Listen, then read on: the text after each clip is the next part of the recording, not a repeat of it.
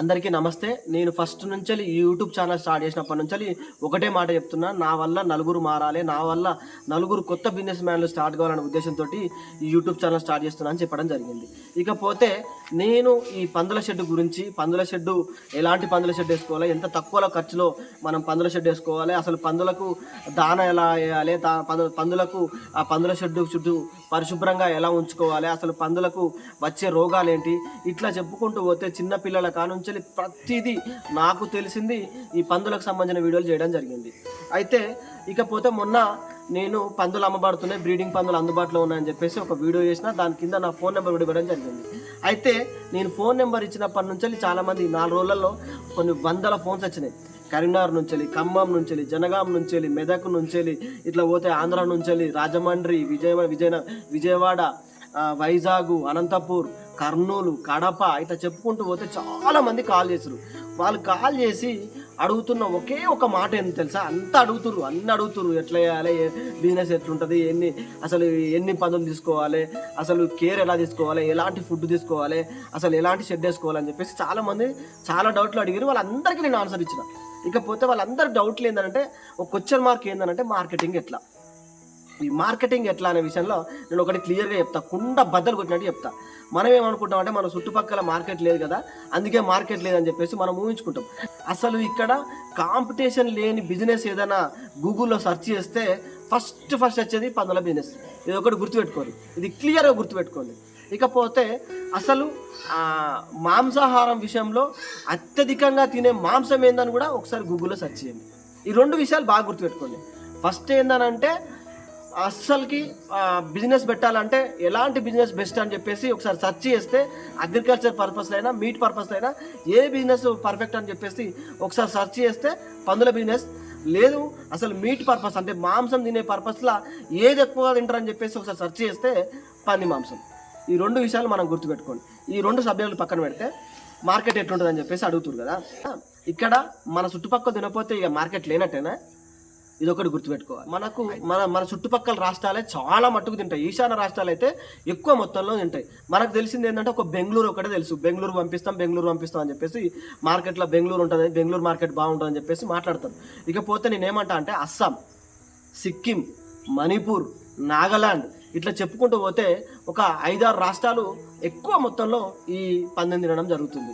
మనం ఏమనుకుంటామంటే మన అందరికీ ఏం తెలుసానంటే మాంసం అంటే చికెను, లేకపోతే మటను, లేకపోతే బీఫ్ అని చెప్పేసి అనుకుంటాం. వీటన్నిటికంటే ఎక్కువ తినేది ఈ పంది మాంసం. ఇది ఒక్కటి గుర్తుపెట్టుకోరు.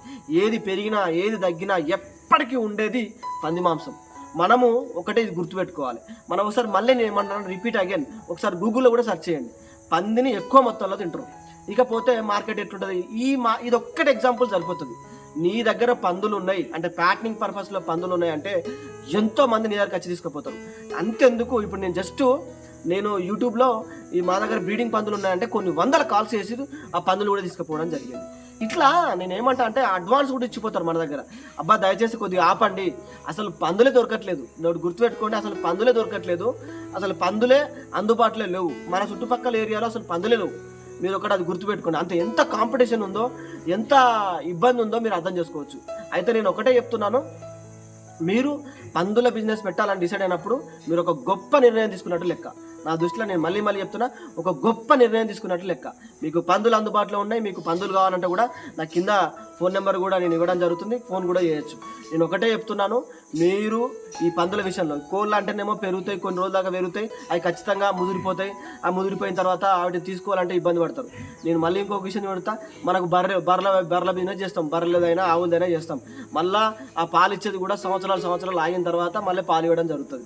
ఇట్లా మనకు మేకలది ఉంటుంది, మేకలది కూడా కొన్ని ఒక స్టేజ్ తర్వాత ముదిరిపోతుంటుంది. అంటే ముదిరిపోవడం అంటే మనము గట్టిగా అవుతుంది మాంసము, చక్కగా ఓడి తీసుకోడు, ఎక్కువ వయసు ఉన్నటువంటి కోళ్ళని తీసుకోరు, ఎక్కువ వయసు ఉన్నటువంటి బర్రెలను తీసుకోరు, ఎక్కువ వయసు ఉన్నటువంటి మన గొర్రెలను మేకలను తీసుకోరు. కానీ పందులు ఎంత వెయిట్ ఉన్నా తీసుకుంటారు, మనకు ఎంత అవకాశం ఉన్నా తీసుకోవడం జరుగుతుంది. మనం అదొకటి మైండ్లో గుర్తుపెట్టుకోవాలి. ఎంత వెయిట్ ఉన్నా మనకు పంది తీసుకోవడం జరుగుతుంది. మన దగ్గరికి వస్తారు, మనకు హైదరాబాద్లో కూడా అందుబాటులో ఉంటారు. మనం అందరం ఒక యూనిటీ అయిన తర్వాత మనం అందరం ఒక యూనిటీగా చేసుకొని మనం కూడా పందుల్ని మన దగ్గర ఇన్ని పందులు ఉన్నాయని చెప్పేసి మనం కూడా ఒక వాట్సాప్ గ్రూప్ అయినా సరే, మనం ఒక యూట్యూబ్ ఛానల్లో స్టార్ట్ చేసినా సరే మనకు అద్భుతంగా లాభాలు ఉంటాయి. మనం కూడా ఈశాన్య రాష్ట్రాల్లో కూడా బిజినెస్ చేసుకోవచ్చు. ఇకపోతే ఇంకొక విషయం కూడా చెప్తాం, మనం అందరం ఒక టీం అయిన తర్వాత మనమే ఫారిన్ కంట్రీలో కూడా చేసుకోవచ్చు. చైనాలో ఎక్కువ తింటారు, అమెరికా అయినా సరే, ఆస్ట్రేలియా అయినా సరే. మన దగ్గర తక్కువ తింటారేమో అని అనుకుంటాం, ఒక చిన్న భ్రమ ఉంటుంది తప్ప బయట దేశాల్లో కూడా తింటారు. అంటే మనం అందరం ఒక యూనిటీగా స్టార్ట్ అయ్యి మనం కూడా వేరే దేశాలకు కూడా పంపించుకోవచ్చు. ఇట్లా ఈ పందుల బిజినెస్లో అసలు మార్కెట్ ఉందా అనే క్వశ్చనే అవసరం లేదు. ఇది ఇంకొక విషయం ఏంటంటే మనకు బెస్ట్ అడ్వాంటేజ్ ఏంటంటే గదోడి చేస్తాడు, పందుల బిజినెస్ ఓడి చేస్తాడు అని చెప్పేసి కూడా మంచి బిజినెస్ పెట్టేటోళ్ళు కూడా డ్రాప్ అయ్యేటోళ్ళు ఉంటారు. అలా అన్నీ మనకు అడ్వాంటేజే, ఇవన్నీ మనకు అడ్వాంటేజ్. అసలు మార్కెట్ విషయంలో మన చుట్టుపక్కల అసలు కాంపిటీషనే లేదు. ఇది ఒకటి గుర్తుపెట్టుకొని మంచిగా గుండె మీద చేపెట్టుకొని, మళ్ళీ చెప్తున్నా, గుండె మీద చేపెట్టుకొని ఈ పందుల బిజినెస్ చేయండి. ఇంకొక విషయం కూడా చెప్తాను, నా దగ్గర పందులు అందుబాటులో ఉన్నాయి. మీకు ఎవరికైనా కావాలనుకుంటే కింద నెంబర్ కూడా ఇస్తాను, దయచేసి కాల్ చేసి కనుక్కోండి. నా దగ్గర పందులు కొనుక్కున్నా సరే కానీ ఒకటి మాత్రం గుర్తుపెట్టుకోండి, మీకు ఎలాంటి డౌట్లు ఉన్నా, కొత్తగా స్టార్ట్ చేయాలనుకున్నా, మీకు ఎలాంటి డౌట్లు ఉన్నా నేను చెప్పడానికి సిద్ధం. నేను ఫైనల్గా మళ్ళీ ఒకటి చెప్తున్నా, షెడ్ విషయంలో తక్కువ ఖర్చు పెట్టండి.